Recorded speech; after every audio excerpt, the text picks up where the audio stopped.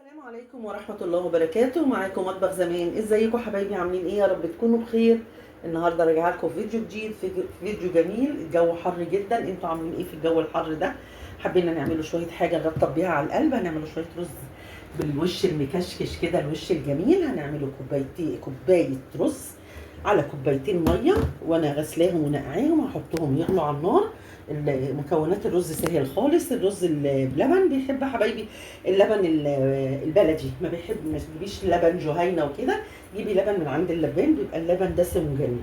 ونحط طبعا فانيليا وكريم جانتيه ومعلقتين نشا ومعلقه كوبايه سكر صغيره عشان ما يبقاش مسكر قوي، وكيس مهلبيه حبايبي من دريم. انا مش بعمل اعلان والله، بس انا ايه، بقول لكم المكونات اللي بنحطوها. يلا بينا على النار. هنحط الرز ونسيبه يغلي شويه لحد ما الرز يغلي وتحسي ان هو استوى خالص كده، وصل للهريان. هنبدا نحط اللبن، وهمشي معاكم خطوه بخطوه. حبايبي على البوتاجاز حطيت كوبايه الرز وعليها كوبايتين الميه. هسيبها تغلي بقى، هسيبها على النار هاديه تغلي مع نفسها، تاخد وتدي بشكل ودي. وبعدين هحط بقيه المكونات. عايزه اقول لكم انا مش مهلبيه، ده كريم جانتيه وباكو ايس كريم عشان بيديله، بنعزز طعم الرز بلبن يا حبايبي. زي ما انتم شايفين اهو، فضيته هسيبه يغلي. هبدا احط بقى كل المكونات اللي انا عايزه احطها هيستوي مع نفسه. هحط دلوقتي ايه، باكل كريم شانتيه. احط باكل كريم شانتيه حبايبي. كريم شانتيه، كل الحاجات دي بتعززي بيها طعم الرز بلبن، بيخليه يوديهولك في سكه تانيه خالص. اهو حبايبي ابيض وكريمي. واحط بقى كمان حاجه تانيه، وقلت لكم عملته مره قبل كده وقلت لكم عليها، يا ريت تحطوا باكو ايس كريم. ماشي، بنكهه الفانيليا اهو حبايبي. الايس كريم اهو، تفضلي دوبي. وهحط بقى باكو الفانيليا كمان، وهدوب كله مع بعضه. ولسه هحط السكر.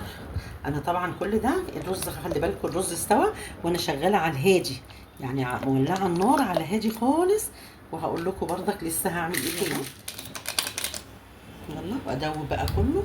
وهمسك شويه المعلقتين النشا، هضربهم على الميه ساقعه. وهحط ايه تاني بقى، هحط القشطه. ماشي يا حبايبي، كوبايه قشطه اهي. يعني يا ريت بدل بتجيبي لبن بلدي يبقى عندك على طول القشطه.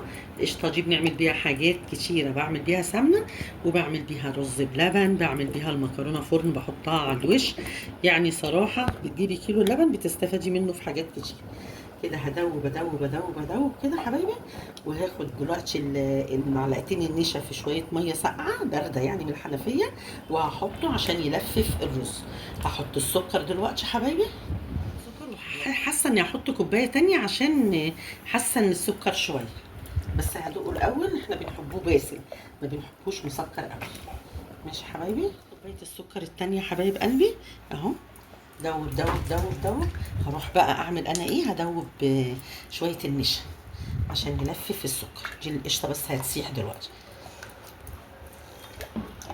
النشا انا دوبتهم في شويه ميه بارده اهو. يلا كده اهو دابوا الحمد لله. تاخدوا لفه بيهم، ده بيلف لي الرز، هياخد غلوه وهنطفي عليه على طول. بيكشكش بقى الوش بقى، وتشوفوا الجمال. القشطه مع الايس كريم مع الكريم شانتيه، هتاكلي احلى رز. ما تقوليش ايه ابو لبن ولا ابو لبن وابو لبن ولا ابو لهب. ماشي يا حبايبي، تغلي حاولي تغرفي وهو بيغلي وهو على النار. اغرفيه حبايبي، وهغرف الكميه وهرجع لكم تاني بعد ما اكمل الكميه. حبايبي حاولي تغرفي الرز بلبن وهو بيغلي، مش تستني يبرد، لا وهو بيغلي يبدا يكشكش والطبق يلم مع نفسه في الطبق، مش في الحله وبعدين ترجعي تغرفيه، لا. هكمل كميه الغرف كلها حبايبي وهرجع لكم تاني. حبايبي قلبي، مطبخ زمان خلص الرز بلبن. ايه رايكم؟ طبعا انا بحطه كده في التلاجة بالوش المكشكش الجميل ده، عشان في بيحبوه بالمكسرات وفي بيحبوا جوز الهند وزبيب، حسب اللي يجي ياكل يرش الطبق بتاعه.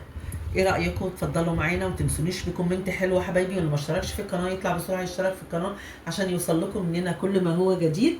والسلام عليكم ورحمه الله وبركاته.